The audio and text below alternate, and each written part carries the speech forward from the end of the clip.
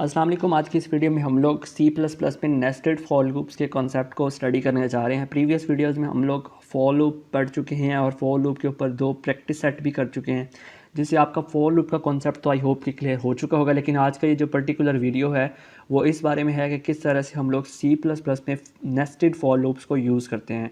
सबसे पहले मैं आपको कंपाइलर ओपन कर लेता हूँ और इसमें हम लोग उसके सिंटेक्स पे चलेंगे कि नेस्टेड फॉर लूप्स बेसिकली होते क्या हैं और ये किस लिए यूज़ होते हैं और इनका सिंटेक्स क्या होता है। तो सबसे पहले मैं एक सोर्स फाइल क्रिएट कर लिया है और मैं यहाँ पर जो बेसिक सिंटेक्स है कोड का वो राइट डाउन कर लेता हूँ और एंड देन मैं आपको बताता हूँ कि nested for loops in C++ होते क्या हैं। इससे पहले अगर आपने मेरे YouTube चैनल को सब्सक्राइब नहीं किया तो मेक श्योर कि आप सब्सक्राइब कर लें और साथ बेल आइकन को भी प्रेस कर दें कि जो भी हमारी प्रोग्रामिंग, मार्केटिंग और बिज़नेस रिलेटेड जो भी टिप्स एंड ट्रिक्स की वीडियोस आएँ वो आप लोग सबसे पहले नोटिफिकेशन के थ्रू रिसीव कर सकें। सो फर्स्ट ऑफ़ ऑल मैंने एक प्रोग्राम का जो बेसिक सिंटेक्स है वो राइट डाउन कर लिया। मैं इसको सेव भी कर लेता हूँ। It's lecture number 11 on YouTube. So मैं इसको लेक्चर 11 YT के नाम से सेव कर लेता हूँ। अच्छा, हम क्योंकि फॉर लूप्स के बारे में पढ़ चुके हैं तो मैं एक कोड लिखता हूँ जिसमें मैं स्टेटमेंट 1 में i को 1 से इनिशियलाइज़ करवा रहा हूँ और मैं एक स्टेटमेंट देता हूँ कि जो सेकंड स्टेटमेंट है वो ये है कि i इज़ लेस देन और इक्वल टू 5। सो मैं अगर क्या करता हूँ कि i को प्रिंट करता हूँ, सो यू विल सी, और मैं यहाँ पे एंडल भी कर देता हूँ। इट बेसिकली डूइंग कि ये पहले 1 प्रिंट करेगा, फिर new line and then 2 3 4 5 and जब ये i6 होगा और ये लूप टर्मिनेट हो जाएगा तो इट्स मीन कि 1 से लेकर 5 तक नंबर्स को प्रिंट कर रहा है लेकिन न्यू लाइन में प्रिंट कर रहा है। ठीक है, तो अगर मैं इसको रन करूं तो यू कैन सी कि ये 1 से 5 तक नंबर्स को न्यू लाइन में प्रिंट कर रहा है। लेकिन एक चीज़ मैं आपको बताना चाह रहा था कि ये जो एंडल है अगर मैं इसको हटा दूँ, ठीक है, सो इसके साथ इस तरह से ही होगा कि आई प्रिंट हो रहा है सिंपल 1 से 5 तक वो आई जो है वो प्रिंट हो जाएगा। मैं इसको अगर रन करूं सो यू विल सी कि 1 2 3 4 5 जो है वो कंजस्टेड या आपस में जुड़ चुके हैं और इनके दरमियान में कोई स्पेस या कोई भी नई लाइन नहीं है। सो लेट्स सपोज अगर मैं नेक्स्ट लाइन में सी आउट करता हूँ एंड को, so what does it means कि इसका मतलब क्या होगा। सो आपको पता है कि पहले 1 प्रिंट होगा, फर्स्ट लूप की मैं बात कर रहा हूँ, फर्स्ट आइटरेशन की मैं बात कर रहा हूँ, एंड देन उसके बाद सी आउट एंडल का भी यही मतलब है कि एक न्यू लाइन प्रिंट हो जाएगी। अगर मैं इसके आउटपुट को रन करूँ तो आप देखेंगे कि ये फर्स्ट वाला जो हमने अभी 2 बार कोड को रन किया था, तो जो फर्स्ट टाइम हमने कोड को रन किया था सेम बिल्कुल उसी जैसे आउटपुट दे रहा है। सो आप लोग कंफ्यूज हो रहे होंगे कि यहाँ पर मैं अपनी प्रीवियस वीडियोज़ में इस तरह से हैंडल यूज़ करता आया था। सो अगर हम इस तरह से करें तो इट्स फाइन, अगर हम इसको हटा दें तो इट्स फाइन, और अगर हम क्या करें कि और अगर हम इसको रखें और इसको हटा दें तो it will also works fine. ठीक है, सो ये दोनों चीज़ें ठीक हैं। तो अगर आपको इसकी समझ नहीं आई कि ये किस तरह से पॉसिबल है तो मैं आपको एक सिंपल एग्जांपल में समझा देता हूँ कि अगर कोई एक आपके पास टेक्स्ट लिखा हुआ है कि सी आउट हमज़ा और नेक्स्ट लाइन में आपने एक स्पेस, आपको मैं बताता हूँ कि स्पेस आप किस तरह से दे सकते हैं। अगर आपको किसी भी 2 नेम्स के मिड में कोई स्पेस देना है तो आप क्या करते हैं कि ये जो सी आउट यूज़ करते हैं और उसके बाद आप इन कोमास के मिड में एक स्पेस दे देते हैं, यानी कि वो जो एक स्पेस का बटन होता है आपके कीबोर्ड पर, आप उसके थ्रू उस पर स्पेस दे देते हैं। एंड देन आप उसके बाद अगर कोई और नाम प्रिंट करना है, लेट्स सपोज मैं अली प्रिंट कर देता हूँ। अब मैं जब इसको रन करूँगा मैं इसको मिड में लिख लेता हूँ। सो बेसिकली इसको मैं मिड में लिख लेता हूँ और ये वाला जो लूप है इसको मैं कट कर लेता हूँ। और अब आप इसको रन करेंगे तो यू विल सी कि पहले एक हमज़ा प्रिंट हो जाएगा, फिर नेक्स्ट लाइन में स्पेस प्रिंट हो जाएगी, मतलब कि नेक्स्ट उसके आगे लाइन, क्योंकि हम एंडल यूज़ नहीं करें तो नेक्स्ट लाइन तो नहीं होगा, एंड देन उसके बाद अली प्रिंट हो जाएगा। ठीक है, लेकिन अगर अब ये देखें, आपको पता है कि मैंने आपको बता दिया कि स्पेस क्या होता है कि जब हम ये 2 कोमास लगाते हैं तो उसके दरमियान अगर हम एक ये एंटर कर दें, एक स्पेस दे दें तो एक स्पेस आ जाएगी जिस तरह आपने देखा। अगर मैं इसमें 5 से 6 कर दूं जब मैं इसको रन करूंगा, सो you will C a lot of space between Hamza and Ali. ठीक है, सो यू कैन सी है। अच्छा, अगर मैं इसको कंजस्टेड लिखना चाहूँ, मीन कि मैं ये जो 3 स्टेटमेंट्स को यूज़ कर रहा हूँ, अगर मैं इसको एक स्टेटमेंट में लिखना चाहूँ तो मैं किस तरह से लिख सकता हूँ। तो सिंपल, मैं लेस देन का साइन लगाऊँ, जहाँ पे मैं जैसे एंड लाइन लिखता था तो मैंने आपको बताया कि सी आउट एंडल लिखें या फिर किसी भी जो टेक्स्ट के सामने आप लोग एंडल लिखते हैं तो इट विल बी सेम। सो अगर मैं अब यहाँ पे स्पेस एंटर कर दूँ और फिर मैं लेस देन का साइन लगा कर देन मैं यहाँ पे अली लिख दूँ, सो ये वही चीज़ है जो आप 3 लाइन्स में कर रहे थे, अपना टाइम वेस्ट कर रहे थे, या आप कह लें कि आपका टाइम ज़्यादा यूज़ हो रहा था, तो अब आपका टाइम कम यूज़ हो रहा है, आप सिर्फ एक सी आउट स्टेटमेंट यूज़ कर रहे हैं लेकिन आपका काम वही हो रहा है। सो ठीक है, सो इस तरह से हमने यूज़ किया है। अब हमारा जो मेन टास्क था वो ये था कि जब हम आई को प्रिंट कर रहे थे न्यू लाइंस में, ठीक है, आज से पहले हम जितने भी नेचुरल नंबर्स और इवन नंबर्स को प्रिंट कर रहे थे न्यू लाइंस में प्रिंट कर रहे थे। लेकिन अगर हमने ऐसे प्रिंट करना हो, मीन कि हम प्रिंट कर रहे थे 1 2 3 4 एंड 5, ठीक है, ये जो कोड कर रहा है वो इसी तरह प्रिंट कर, लेकिन अगर हमने इस तरह से प्रिंट करना हो 1 स्पेस 2 3 एंड 4 एंड 5, सो वो किस तरह से करेंगे, वो बेसिकली हम इस तरह से कर सकते हैं, ठीक है, हमने स्पेस दिया, या फिर हम नेक्स्ट लाइन में सी आउट स्पेस कर सकते हैं। सो ये दोनों केसेस में वर्क फाइन हो जाएगा, ठीक है। अब मैं इसको रन करूँगा तो यू विल सी कि 1 के बाद स्पेस, 2 के बाद स्पेस, आप देख सकते हैं 1 के बाद स्पेस, 2 के बाद स्पेस, 3 के बाद स्पेस एंड 4 के बाद स्पेस एंड सो ऑन। सो ये था, ये आपको थोड़ा सा कॉन्सेप्ट देना था कि हमने फॉर लूप में ये चीज़ें पढ़ी थी और आपको थोड़ा सा क्लियर हो गया। अब हम पढ़ते हैं नेस्टेड फॉर लूप। हमने जब इफ़ एल्स कंडीशंस पढ़े थे तो हमने देखा था कि अगर हम एक इफ़ के अंदर कोई दूसरा इफ़ एल्स कंडीशन यूज़ करें तो हम उसको नेस्टेड बोलते हैं। तो अब आप एक फॉर लूप यूज़ कर रहे हैं जो बेसिकली क्या कर रहा है, 1 to 5 नंबर्स को प्रिंट कर रहा है एक ही लाइन में, बट उनके दरमियान में स्पेसिस हैं। अगर हम इसके बाहर एक और लूप लगा दें फॉर और इसको स्टार्ट करें initialize a is equal to 1 और a को हम वही a less than equal to 5 and a plus plus कर दें, और ये जो अंदर वाला फॉर लूप है हम लोग इसको किसके आउटर फॉर लूप या बाहर वाले फॉर लूप के अंदर लिख लें तो ये कहलाता है नेस्टेड फॉर लूप, ठीक है। जिस तरह इफ़ में हम ये कह रहे थे कि एक इफ़ आपके पास है, दूसरा आपके पास एल्स है, ठीक है, तो आप क्या कह रहे थे कि ये जो पहला इफ़ था, जो आउटर इफ़ था, आप इसमें एक और इफ़ एल्स यूज़ कर रहे थे, तो it's basically nested if else. उसी तरह आपके पास एक आउटर लूप है, ये वाला, ये आउटर लूप है जिसका स्कोप यहाँ तक है, उसके अंदर एक इनर लूप है जिसका स्कोप यहाँ से यहाँ तक है। So it's same as if condition के इफ़ में आप एक इफ़ के अंदर दूसरा इफ़ एल्स यूज़ कर रहे थे और इसमें आप एक फॉर के अंदर दूसरा फॉर यूज़ कर रहे हो। सो ये 1 फॉर है, एक फॉर ये है जो कि आउटर लूप है, और एक आपके पास ये है जो कि इनर लूप है। तो ये बेसिकली नेस्टेड फॉर लूप का कॉन्सेप्ट है।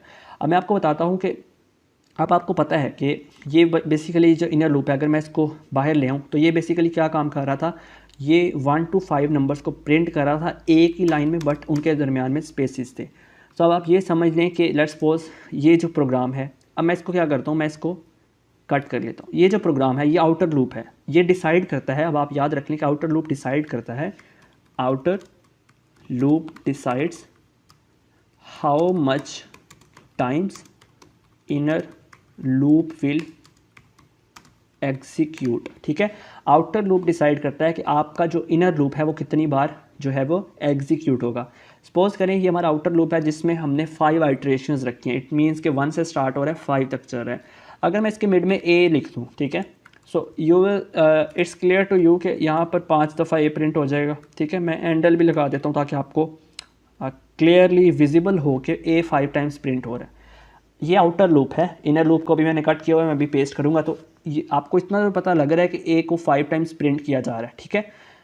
अब मैं सिंपल क्या करता हूँ, ये बॉडी है ना, आउटर लूप की एक बॉडी है, ठीक है, जो कि ए प्रिंट कर रही है। अब मैं उस बॉडी के अंदर एक और लूप लगा देता हूँ तो ये नेस्टेड इफ एल्स कहलाएगा, ठीक है, कि आप आउटर फॉर लूप के अंदर जहाँ पे बॉडी लिखी जाती है उसमें एक और फॉर लूप लगा दें तो ये नेस्टेड फॉर लूप है। अब मैंने आपको बताया कि जो आउटर लूप है, आउटर लूप कौन सा है, ये वाला आउटर लूप डिसाइड करता है कि ये जो इनर लूप है, इट्स मीन कि ये जो इनर फॉर लूप है ये वाला, ये कितनी बार एग्जीक्यूट होगा, ठीक है। अगर आपको मैं पूछूं कि इनर लूप क्या था, इनर लूप क्या कर रहा था, तो इनर लूप क्या हो रहा था कि इनर लूप 1 2 3 4 एंड 5 प्रिंट कर रहा था, एक बार प्रिंट कर रहा था ना, मतलब अगर हम एक बार ये इनर लूप चलाएं तो इट्स मीन्स के 1 to 5 वो प्रिंट कर रहा था एक ही लाइन में, लेकिन उनके मिड में स्पेसिस थी।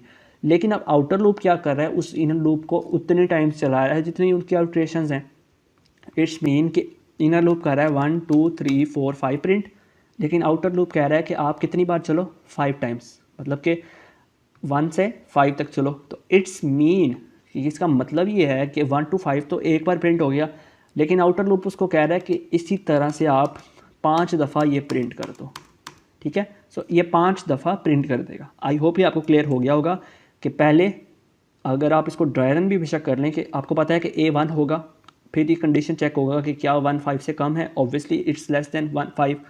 उसके बाद ये पूरा कंडीशन, ये जो इनर लूप है, या आप इसको यही समझ लें कि यहाँ पर सी आउट ए लिखा हुआ है, जैसे इधर अगर सी आउट ए लिखा होता तो ए एक बार आउटपुट हो जाता, लेकिन अब क्योंकि यहाँ पर एक और लूप है, एक इनर लूप है, तो ये कम्प्लीटली एग्जीक्यूट होगा। और ये लूप, इनर लूप क्या करेगा, ये 1 2 3 4 5 को प्रिंट कर देगा इस सीक्वेंस में, उसके बाद ये इनर लूप एग्जीक्यूट हो चुका है, उसके बाद आपका आउटर लूप इंक्रीमेंट होकर A2 हो जाएगा एंड देन फिर वही उसी सीक्वेंस में ये प्रिंट कर देगा। ये तब तक करता रहेगा जब तक A5 नहीं हो जाता, या सिंपल आप ये समझ लें कि जैसे 1 to 5 आपने सिर्फ एक बार लिखा है, अगर आप इसको आगे करके 5 बार लिख दें, जैसे अगर मैं एक बार और लिखूं तो ये 2 बार हो गया, ये 2 टाइम्स हो चुका है। तो अगर मैं इसको 5 बार कर दूं तो ये हमारा कोड की आउटपुट आ जाएगी। अगर मैं इसको अब रन करके चेक करवाऊँ सो यू विल सी के हाउ इट वर्क्स। तो आप देख सकते हैं कि टोटल जो है वो 1 to 5 यानी कि 1 2 3 4 5 टाइम्स प्रिंट हुआ है एक ही लाइन में। सो सपोज़ करो कि क्योंकि हमारा ये जो हॉरिजॉन्टल लाइन में प्रिंट हुआ है, तो मैं कहता हूँ कि मेरा जो हर इनर लूप है, जैसे हर इनर लूप क्या प्रिंट कर रहा है 1 2 3 4 5 एक बार प्रिंट कर रहा है, लेकिन आउटर लूप डिसाइड कर रहा है कि वो कितनी बार प्रिंट होगा। मैं ये चाह रहा हूँ कि हर इनर लूप जो है वो न्यू लाइन में प्रिंट हो, ठीक है।